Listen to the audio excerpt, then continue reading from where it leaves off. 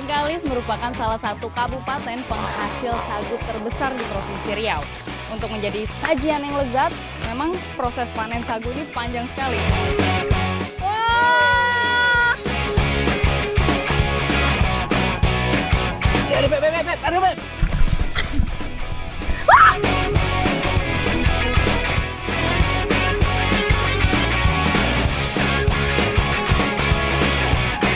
Saya senang sekali nih dapat satu lagi kerang kepahnya.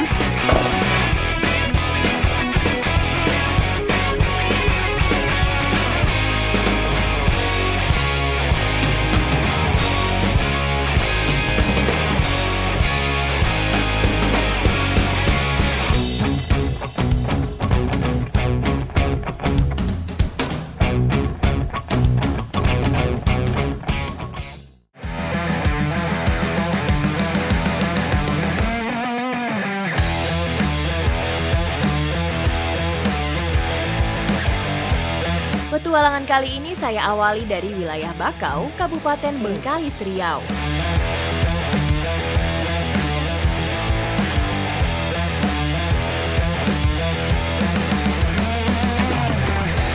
Ada nggak, Bang? Belum ketemu belum ya? Terus. Sekarang saya sudah berada di pinggir pantai Selat Baru Bengkalis dan sedang mencari udang yang memiliki bentuk yang unik, yaitu bisa hidup di darat dan juga di air. Seperti apa? Ikuti jejak saya, jejak petualang. Rama-rama, itulah binatang yang kami cari. Meski belum populer, lobster tanah ini banyak dicari karena bagi sebagian orang memiliki rasa yang lezat. Rama-rama banyak hidup di kawasan hutan bakau yang terkena pasang surut air laut. Nah, di sini nih pas banget ada dua lubang yang berdekatan.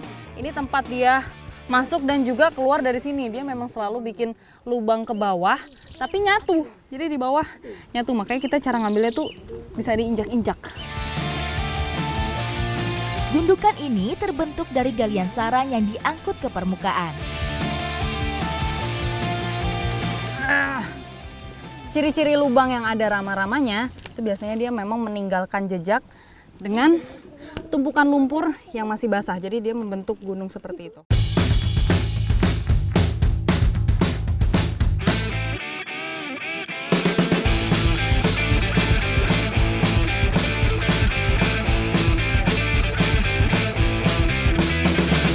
Dapat, Ibu.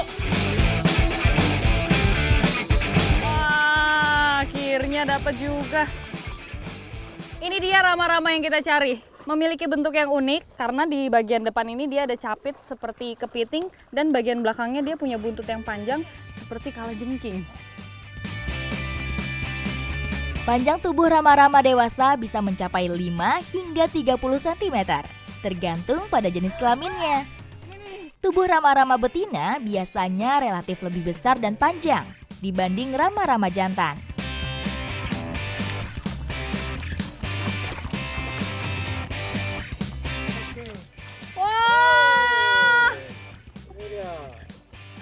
Dapat lagi satu.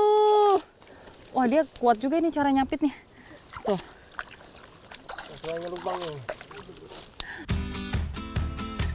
Terik matahari dan udara panas khas pesisir akhirnya mengakhiri pencarian kami. Tidak jauh dari tempat pencarian, hasil tangkapan kini siap dimasak bersama-sama. Sebelum diolah, rama-ramanya harus dibersihkan dulu. Ada bagian-bagian yang harus dibuang.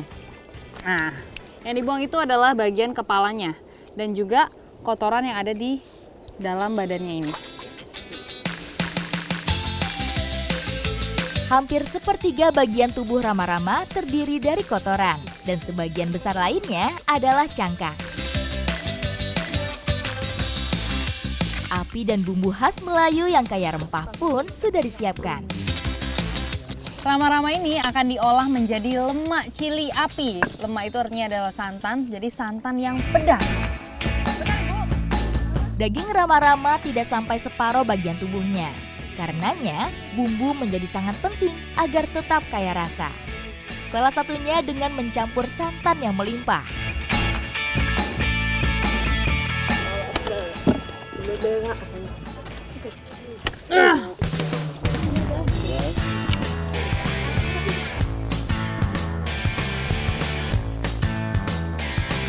Tungku sederhana ini tidak lama lagi akan membuat Rama-Rama menjadi makanan sore yang lezat. Masak rama-ramanya ini sampai air santannya mendidih. Setelah hampir seharian bergelut di atas lumpur, rasa lapar semakin sulit ditahan. Terlebih lagi, aroma uap lemak cili api semakin kuat tercium di hidung. Tanpa basa-basi, tangan kami langsung merogoh ke dalam kuali. Enak itu bagian capitnya. Tuh, dagingnya banyak sekali. Ini mirip seperti capit kepiting memang. Coba kalau dari rasa.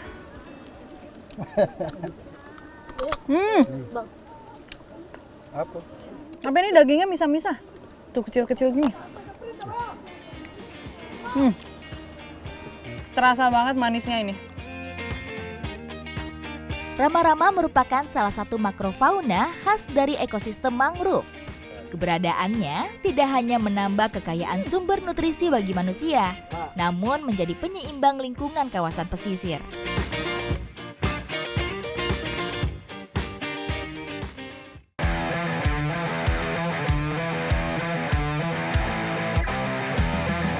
Berada di jalur pelayaran internasional, aktivitas lalu lalang kapal di Selat Bengkalis, Provinsi Riau memperlihatkan pemandangan yang tidak biasa. Sebuah kapal kayu nampak berjalan pelan membelah lautan. Di belakangnya, mengular ratusan batang sagu yang dirangkai rapi mengikuti arah gerak perahu. Inilah dia, ratusan tual-tual sagu yang terkumpul yang sebentar lagi akan dibawa menuju tempat pengolahan sagu.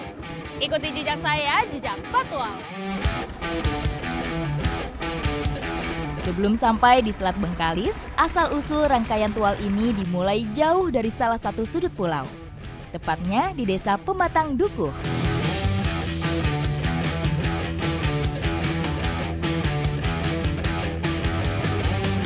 Bengkalis merupakan salah satu kabupaten penghasil sagu terbesar di Provinsi Riau.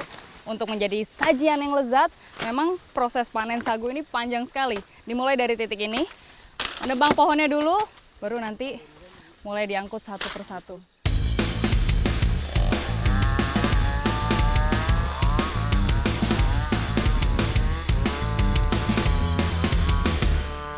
Rata-rata pohon yang ditebang berumur di atas 6 tahun, dengan ciri ujung batang yang mulai membengkak. Jadi pohon sagu ini panjangnya kurang lebih ada 5 meter dan mau dipotong per 1 meter supaya lebih mudah nanti dibawanya. Para penebang ini bukan pemilik kebun, melainkan pekerja lepas yang dibayar berdasarkan jumlah batang sagu yang dihasilkan.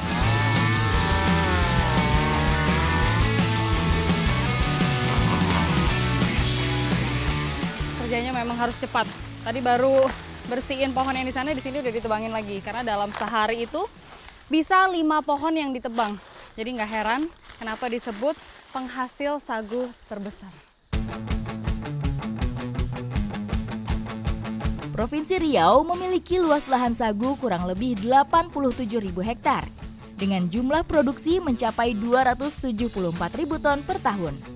Hampir separuhnya berasal dari Kabupaten Bengkalis.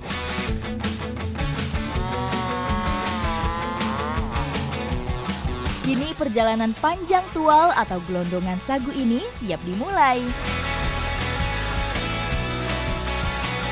Nah, jadi pelepah sagu ini memang sengaja dibikin trek supaya batang sagu yang ada di depan sana mudah untuk digelindingkan sampai ke arah depan. Bobot setiap batang sagu ini rata-rata mencapai puluhan kilogram.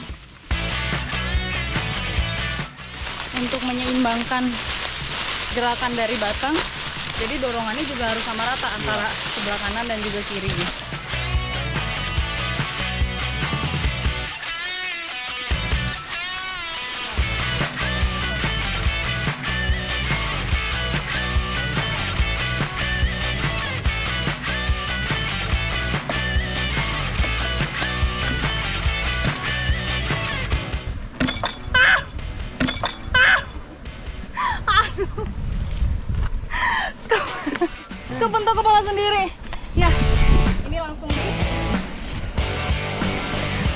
diarungkan di sungai, nanti dia akan ketemu batang-batang pohonnya tuh di sebelah sana, dikumpulkan terlebih dahulu.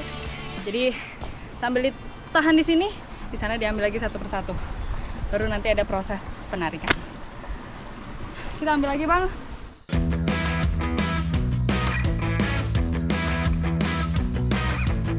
Tual sagu yang sudah terkumpul sementara akan terus terapung di parit ini, menunggu debit air naik yang akan membawanya ke muara sungai.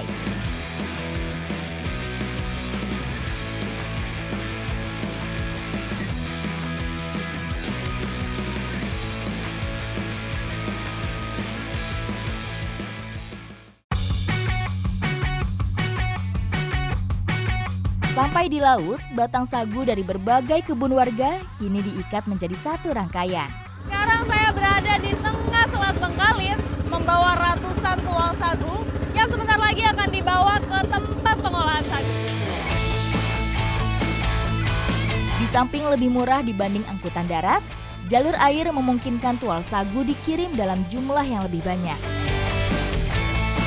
Dengan pongpong atau perahu kayu, ratusan batang sagu ini ditarik menuju muara sungai yang menjadi pintu masuk ke pabrik pengolahan.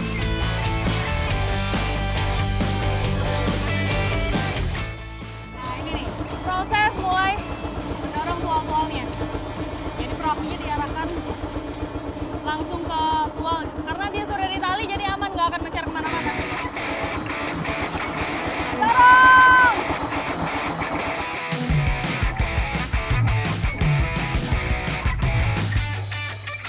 Untuk sementara, rangkaian tual sagu sepanjang ratusan meter ini kembali bersandar di tepian pohon bakau sambil menunggu air laut pasang kembali.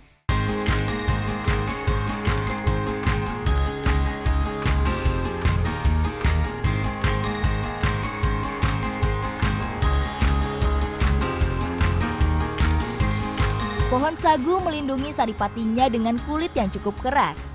Sementara mesin penggiling dirancang hanya untuk menghaluskan daging batang yang lebih empuk. Halo Ibu. Udah mau selesai nih Bu. Udah batang yang baru. Udah yang baru. Oh itu. Oh cepet juga ya. Jadi ini adalah proses pertama sebelum sagu ini diolah. Jadi batangnya harus dikupas dulu kulitnya. Dan yang ngupas, Ibu namanya siapa Bu? Bu Nur. Bagian inti yang sudah dibelah seperti ini akan lebih mempermudah proses pemarutan.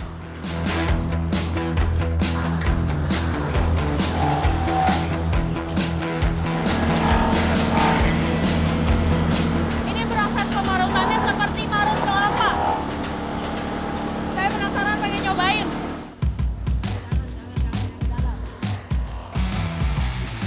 Kini, batang sagu berubah menjadi halus dan lunak.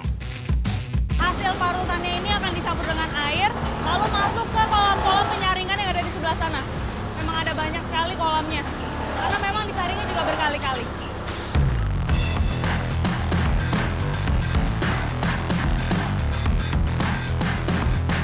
Gunungan ini adalah saripati yang sudah disaring dan diendapkan. Batang sagu kini sudah benar-benar berubah bentuk. Namun, nama sagu tetap melekat meski wujudnya sudah menjadi tepung putih. Seolah menjadi pengingat pada prosesnya yang panjang dan rumit. Setelah batang sagu tumbuh bertahun-tahun, kemudian dipanen dan melalui proses yang begitu panjang, akhirnya jadilah tepung sagu ini yang nantinya akan diproses lagi menjadi berbagai jenis makanan. Ikuti jejak saya, jejak petualang.